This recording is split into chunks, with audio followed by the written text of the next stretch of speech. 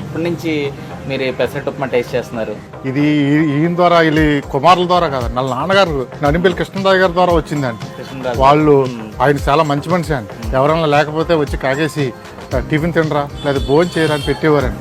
దానివల్ల ఓన్లీ తిండి గురించే కాకుండా వాళ్ళ దాతృత్వం వల్ల కూడా ఈ హోటల్లో చాలా ఫేమస్ అయిందండి. తర్వాత వాళ్ళ అబ్బాయి ఆయన మరణించిన తర్వాత వాళ్ళ అబ్బాయిలు ఇక్కడ ఈ హోటల్ నిర్వహిస్తాం, డబ్బులు ఇస్తే తీసుకోవటం లేకపోతే లేదు.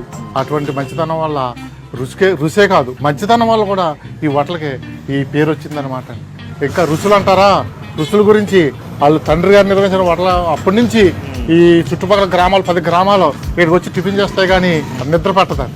ఇంటికాడ చేసినా సరే ఇక్కడికి వచ్చి రెండోసారి తిని వెళ్తారనమాట. చాలా మంది మాకు బంధువులు ఎవరైనా ఫోన్ చేసినప్పుడు చెప్తా ఉంటాం, రండి ఒకసారి మా ఊళ్ళో నడింపల్లి కృష్ణయ్య గారు హోటల్ ఉన్నది, అక్కడ ఉప్మా పెసరట్టు నేతితో చేస్తారు. ఇవన్నీ మరి మీరు తినాలని చెప్పి మేము రమ్మని చెప్తాం. వాళ్ళు ఒక్కోసారి 10 మంది కాలనీ సరదాగా వచ్చి ఉప్మా పెసరట్టు తిని వెళ్తాం జరుగుతూ ఉన్నదండి. దగ్గరలో గ్రామంలో హెడ్ మాస్టర్గా పనిచేస్తున్నాను. అక్కడ మా మాస్టర్లు చెప్తా ఉంటాను, ఓ 10 రోజులకోసారి మా ఊళ్ళో హోటల్ ఉన్నది, నేతి పెసరట్టు తినండి, మా ఊరి యొక్క గొప్పతనం తెలుస్తుందని చెప్పి ఎప్పటికప్పుడు మాస్టర్లు అందరికీ నేను టిఫిన్ పొట్లాలు కూడా పట్టుకెళ్ళి ఇస్తూ ఉంటాను.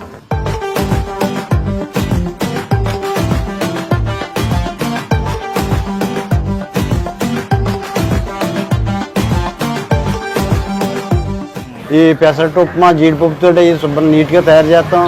ఒకసారి దూరానికి వచ్చాడే సరే మళ్ళీ కృష్ణరావు హోటల్ కాడికి వెళ్ళి టిఫిన్ చేసి వెళ్ళి అన్న టైప్లో ఉంటుంది. ఇప్పుడు నా మటుకి నేను ఎన్ని టిఫిన్లు తిన్నా పెసరట్టు ఉప్మా జీడిపప్పు ఇవి కాల్సిన నాకు బాగా నచ్చిన టిఫిన్ దీంట్లో ఊతప్పా పెసరట్టు ఇంకా అసలు మీరు ఎక్కడా కూడా దొరకదు.